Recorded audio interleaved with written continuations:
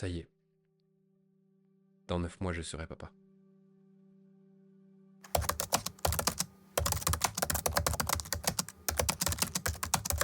Oui, je sais, je tape très vite. Et... hop. Ils ont besoin de ta présence, ils ont besoin de ton amour, ils n'ont absolument pas besoin que tu les conseilles, en gros. Sois protecteur, parce qu'ils sont fragiles quand même pendant un petit moment, sois aimant. N'aie pas peur d'être très aimant. Machin, les trucs, surprotection, machin. Non, surprotège, on en a rien à foutre. De toute façon, ça n'empêchera pas qu'ils vivent de la merde après, donc surprotège, c'est très bien. Hésite pas à faire des câlins, jusqu'à ce que tu sentes qu'ils n'en veulent plus, parce qu'après, tu pourras plus les faire. Et surtout, il y a un truc. Ça y est. Dans quelques mois, je serai papa. Enfin, si tout se passe bien, hein, bien sûr. Si je gère, si elle gère, si rien ne se passe mal. Attends, qu'est-ce qui pourrait mal se passer? Rien. Tout va bien, y a pas de quoi s'inquiéter, non?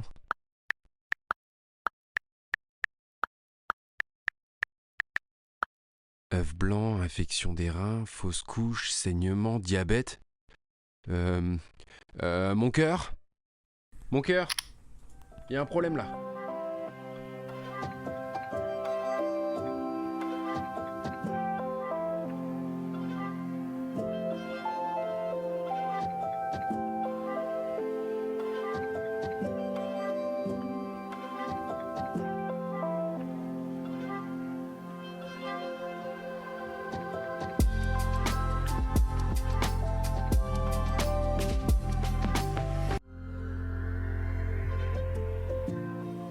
Bienvenue dans cet épisode 3, chapitre 3 même je dirais, on avance désormais, et on va donc parler de notre rôle en tant que père pendant la grossesse.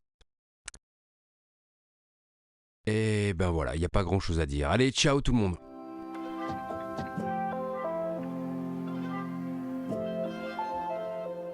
Ça va, je plaisante les amis. Mais en même temps, si vous cherchiez un podcast parfaitement sérieux, il y a de quoi faire. Et puis, vous pouvez aussi aller voir Les Maternelles sur France 2. Je suis pas Michel Simès, moi. Quoi? Quoi, Michel Simès, il est pas dans Les Maternelles? Eh ben c'est bien, rien à foutre. D'ailleurs, on y reviendra sur ce type d'émission, mais un petit peu plus tard si vous le voulez bien, au cours de la série. Je voulais commencer par parler de personnalité aujourd'hui. L'approche de la parentalité, ça va être un véritable catalyseur de votre personnalité et... Chérie, du raisin, s'il te plaît. Oui, je t'apporte ça tout de suite, mon cœur. Excusez-moi. Exemple. Quand tu as tendance à te poser beaucoup de questions, à t'endormir avec de la musique pour éviter de penser trop, ou t'inquiéter facilement pour les personnes que tu aimes, eh ben, bienvenue au club. Les autres qui laissent les choses venir et appréhendent tout avec philosophie et détachement, je vous envie vraiment. Sérieusement. Perso, j'ai toujours été de nature à me poser sans cesse des questions. Est-ce que j'ai bien fermé la porte à clé? La voiture, je l'ai garée correctement? C'était quoi ce bruit? Alors imagine-toi dans quel état j'étais quand j'ai appris que j'allais être papa. Je vais servir à quoi? Ça veut dire que moi là, je vais devoir changer des couches. Et imagine, il tombe malade. Il pleure. Je fais quoi? Non, effectivement. Il n'y a pas de manuel pour ça. À moins que quelqu'un ait la formation, et dans ces cas-là, je suis preneur. Même si j'avoue, c'est un petit peu tard. Je suis pas sûr que ça me serve encore beaucoup aujourd'hui, parce que je me suis rassuré avec le temps. Je sais changer des couches, je sais m'occuper de mon enfant, réagir quand il est malade. Je le connais peut-être mieux que ce que je me connais moi-même. Les premières semaines qui ont suivi l'annonce qui m'avait été faite par ma femme, je me suis un peu senti comme sur un nuage. J'allais vraiment rentrer dans cette catégorie de personnes, cette caste, les darons. Je vais rentrer dans le monde des darons. Et je n'y suis pas encore, mais je sais déjà que j'ai ma carte de membre qui est prête pour le jour où mon fils ou ma fille va naître. Et la seule frustration que je pouvais avoir sur le moment, c'était de ne pas pouvoir partager ça avec ma femme. Physiquement, j'entends. Je veux dire, j'ai vécu l'un des moments les plus forts de ma vie. Ce genre de moment où tu as l'impression que ta tête va exploser de bonheur. Et tu te dis que un câlin, juste la prendre dans mes bras et lui dire que je ferai tout pour elle, pour notre futur enfant, donner le maximum, faire de mon mieux, l'épauler, anticiper les choses. Juste envie de partager ça. Je vais devenir père de famille. Et ça implique beaucoup de... Du raisin? Oui, je t'apporte ça. Désolé les amis. J'ai été coupé au moment où j'allais vous citer la phrase d'un très grand philosophe qui disait qu'un grand pouvoir implique de grandes responsabilités. Comme vous pouvez l'entendre, j'ai passé pas mal de temps à regarder Spider-Man parce qu'il fallait que j'occupe mon temps. C'était pas possible de retrouver ma femme à ce moment-là. Donc on passe à autre chose. Et les semaines passent et on se retrouve enfin. On a l'occasion de s'enlacer et de se dire que ces nombreux mois qui avaient accumulé de la frustration en nous et nous avaient fait rentrer dans une certaine routine d'échec, aujourd'hui, c'était fini. Et maintenant, à deux, on va se créer notre propre mode d'emploi.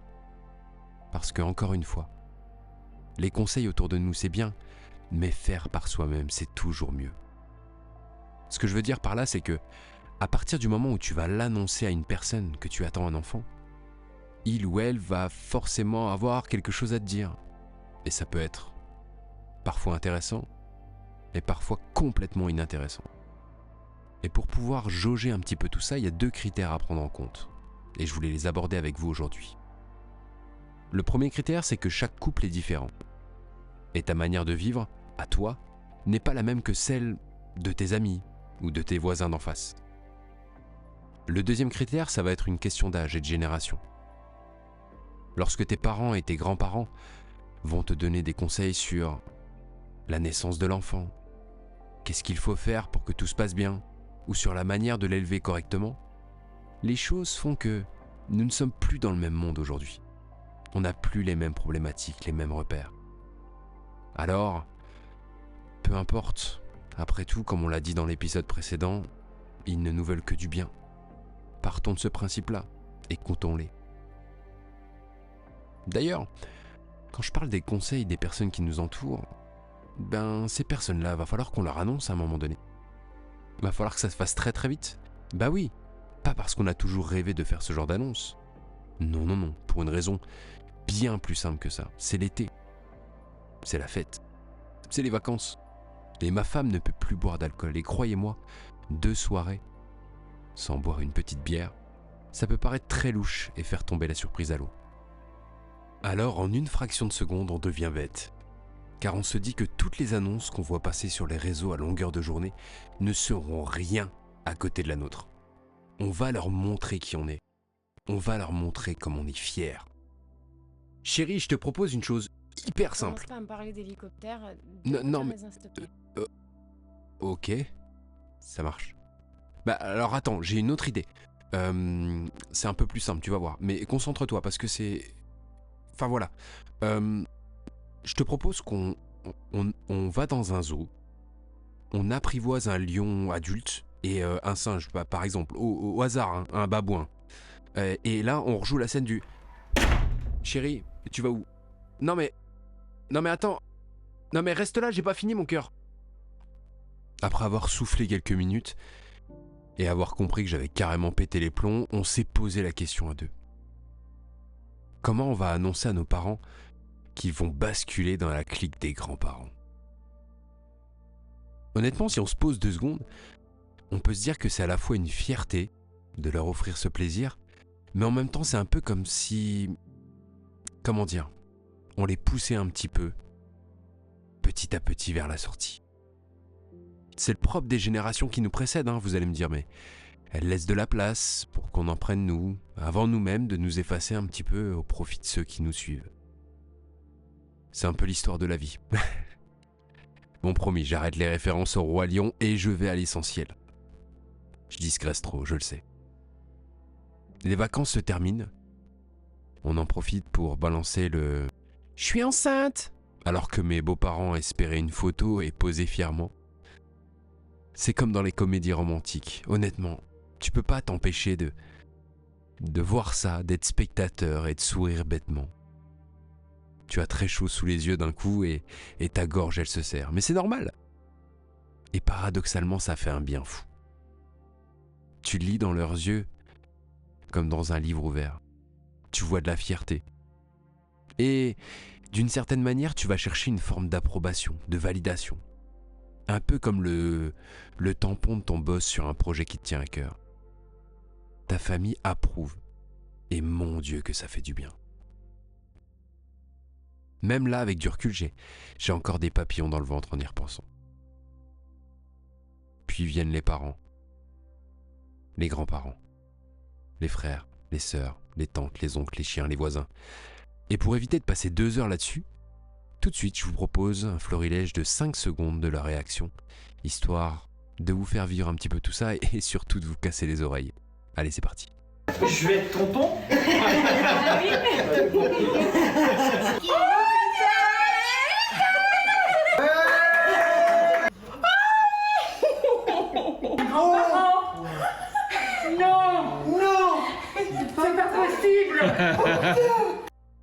Je vous avais prévenu, je suis par avance désolé pour ceux qui ont perdu 1 ou 2 dixièmes d'audition. Si c'est le cas, n'hésitez pas à me le dire dans les commentaires et je prendrai tout le temps nécessaire pour ne pas le lire. Blague à part, je voulais vous parler de quelque chose de bien précis. J'ai vu mon père pleurer. Oui, j'ai vu mon père pleurer. Et je sais que je suis loin d'être le seul à penser qu'on voit très rarement nos papas pleurer. Encore une fois, c'est une question de génération. Perso, moi, j'ai aucun frein à me lâcher, à pleurer. Je dirais presque même que j'aime ça. Ça fait du bien, ça soulage de perdre le contrôle parfois. Mais la figure paternelle qui te regarde droit dans les yeux et qui ne peut pas retenir ses larmes, ça n'a presque pas d'équivalent, honnêtement. À part peut-être mes propres grands-parents qui deviennent arrière-grands-parents. Ça aussi. Ça offre une charge d'émotions positives que vous ne pouvez même pas imaginer. C'est un peu comme si la boucle était bouclée presque. Encore aujourd'hui, lorsque mon grand-père regarde mon fils, je pense souvent au fait qu'il doit se dire que les 3 générations qu'il côtoie lui donnent un sentiment de devoir accompli. Et lui rend la fin de sa vie facile. Et ça aussi, ça fait du bien. C'était un petit peu l'instant émotion du podcast. Et je vous propose maintenant de basculer dans ce que j'appelle le baby business. Et croyez-moi, c'est une toute autre ambiance. Jamais, au grand jamais, je ne me serais douté que tout ce qui peut être nécessaire pour l'arrivée d'un bébé coûte cher. Écoutez-moi bien, attentivement. Un stérilisateur de biberon, une station à bruit blanc, un réducteur, de l'épaississant. Pour les plus demeurés d'entre vous, ou novices, ou même si je parle à mon moi du passé, j'ai l'impression que ça fait référence un petit peu à des cours de chimie du lycée, tu vois, qui malheureusement, dans ma tête, ce ne sont que des lointains souvenirs. Je savais même pas à quoi ça pouvait ressembler, ni même imaginer à quoi ça pouvait servir. Heureusement, ma femme était là. Future maman et déjà à mes yeux si expérimentée. Tu vois, pour moi, un bébé, ça dort, ça chie, ça mange, donc oui, il faut des couches, il faut un lit et de la bouffe. Pourquoi est-ce qu'on a besoin de tout ça? Ça n'a aucun sens. Limite, il y a un moment donné, j'étais jaloux, je me dis, mais comment est-ce qu'on peut acheter autant de choses à un nouveau-né? Il s'en fout. Fini les sorties shopping, chiner dans des boutiques pour acheter des jeux vidéo ou des Blu-ray. Non, on allait dans les magasins spécialisés pour alimenter notre liste de naissance. Quel bonheur.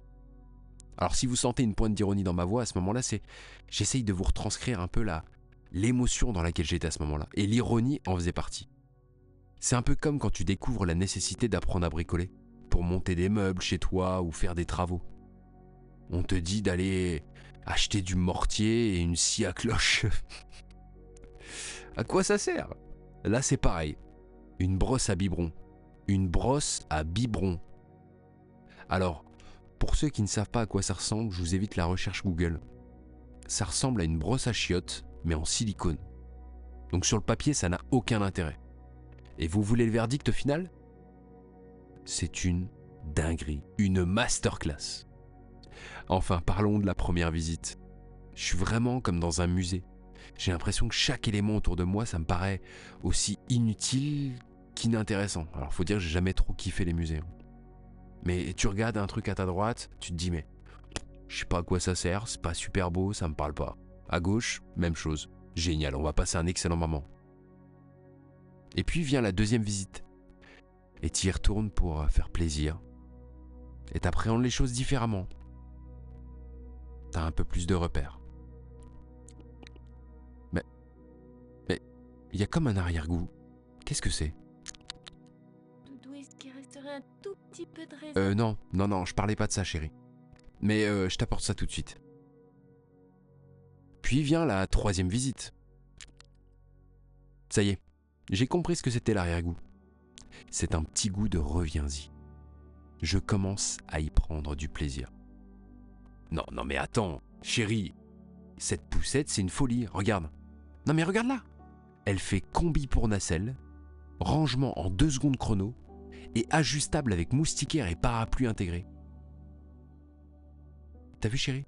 Le kit de l'ange l'a uni en 100% coton, il est à moins 30. Ouais, moins 30%, l'affaire du siècle. J'étais piqué. Et puis, allez, le pompon sur la Garonne.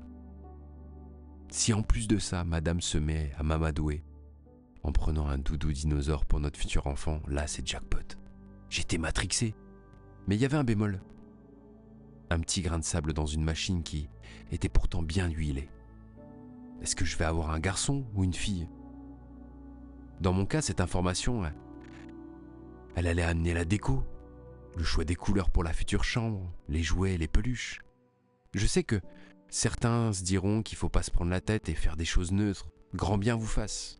En ce qui me concerne, si j'ai un garçon, Day One, il a un panier de basket dans sa chambre. Et des fringues stylées de petit garçon. Je sais que ça peut générer des débats, mais peu importe. De toute façon, la solution à ce débat, elle est simple et je l'ai, je vous la donne. Chacun voit les choses comme il le souhaite. Et surtout, il ne l'impose pas aux autres. Je suis pas énervé, hein. Je suis désolé si vous vivez comme ça, mais vous l'avez compris, les conseils et moi, c'est jamais de l'acquis. C'est aussi ça la beauté de la parentalité, je trouve. Faire ses choix, faire des erreurs, s'adapter, apprendre. Je me suis lancé à écrire un podcast alors que je n'avais jamais fait de ma vie. Je me suis enregistré. J'ai fait des montages. Est-ce que j'ai pris les conseils autour de moi? Oui. Et non. Je l'ai fait à ma sauce, avec mon envie, mes capacités, mon envie d'apprendre. Ça résume bien en fait le sujet, la parentalité. Je reviens au délire précédent. Il faut savoir aussi se préparer à une chose. Sous couvert qu'on vous paye pas mal de choses qui vont vous servir après quand l'enfant sera là, vous perdez le droit de décider ce qui est acheté pour votre futur enfant. Et là, le meilleur tips que je peux vous passer, c'est comme ça, hein, c'est cadeau, c'est souffler, souriez, échanger. C'est un peu drastique comme solution, mais ça marche, croyez-moi. Les tickets de caisse, ça va devenir vos amis. Souffler et sourire, ça s'applique pas uniquement pour l'entourage. La femme, lors de la grossesse, elle voit son taux d'hormones exploser, mais c'est pas sans conséquence. Si je vous dis aujourd'hui que la progestérone et l'œstrogène, dans son corps, s'est multiplié par 1000, vous allez me dire, ok Jamy, mais en quoi ça m'intéresse? Je vais répondre à cela par quelques exemples. Des vomissements à certaines odeurs, comme un barbecue en été ou un fromage à raclette en hiver. Là déjà, c'est un petit peu plus notre problème, hein. Je sais pas ce que vous en pensez. On est à un cheveu du blasphème. Tiens, les cheveux, parlons-en. Chute des cheveux, boutons, pic émotionnel, sans aucune raison ou déclencheur. C'est toujours pas votre problème? Si? Non? Vous voyez pas où je veux en venir? J'y arrive, ne vous inquiétez pas. Ça peut paraître un peu hors contexte, mais je suis fan de films d'horreur depuis que j'étais en âge de mater en secret ceux que mes parents regardaient, en me cachant dans les escaliers. J'ai vu tout type de films, qui mêlaient le gore au suspense, au jumpscare, etc., etc. Et pourtant, je vais vous livrer l'une de mes plus grandes peurs à ce jour. Contexte. Ma femme et moi étions tranquillement posés sur le canapé du salon, à manger du raisin pour elle, des Maltesers pour moi. Jusque-là, rien d'anormal. On est d'accord. On regarde le film comique Fatal avec Michael Youn. Alors, ça vole pas très haut, mais c'est marrant, donc ça passe. On est dimanche après-midi, ça ressemble au paradis. Hein. Je tourne la tête, et la vision d'horreur. Je vois ma femme pleurer. Ma gorge s'est serrée. Des gouttes ont perlé sur mon front et mon cœur s'est emballé. Mais qui pleure devant Fatal? Personne. Personne? À part peut-être une femme enceinte, qui a son corps en plein chamboulement et qui ne contrôle pas grand-chose d'un point de vue émotionnel. Avec du recul et une prise de hauteur, j'ai compris. Mais ça restera un moment aussi terrifiant que drôle. Sans aucune transition, aucune, je vais vous parler des échographies maintenant, qui succèdent tous les mois, amenant leur lot d'informations rassurantes, avec toujours ce petit monsieur dont je vous ai parlé dans l'épisode précédent. Je l'aime de plus en plus, celui-ci. Comment, docteur? Ah ouais? Ah ok, l'écart entre le bas de son crâne et son dos, s'il est trop court, ça veut dire qu'il ou elle sera atteint de trisomie. Ok, et donc on est... Non, tout va bien. Ok. Autre chose à signaler? Non. Son tour de tête est normal. Oh mais c'est génial ça, super. Ok. C'est un garçon. Ok, super. Attendez, quoi? Un garçon? On attend un petit garçon? Un petit mec? Une future star du sport que je n'ai pas réussi à être? Waouh. Un petit mec. C'est un rêve. Pourvu que tout se passe bien. Pourvu que tout se passe bien.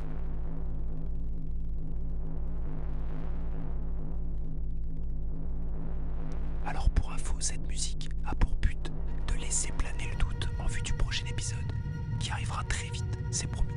Mais en fait, je fais ça parce que c'est pour mettre une ambiance, tu vois, un effet, vous faire languir un petit peu. Bref, à la prochaine.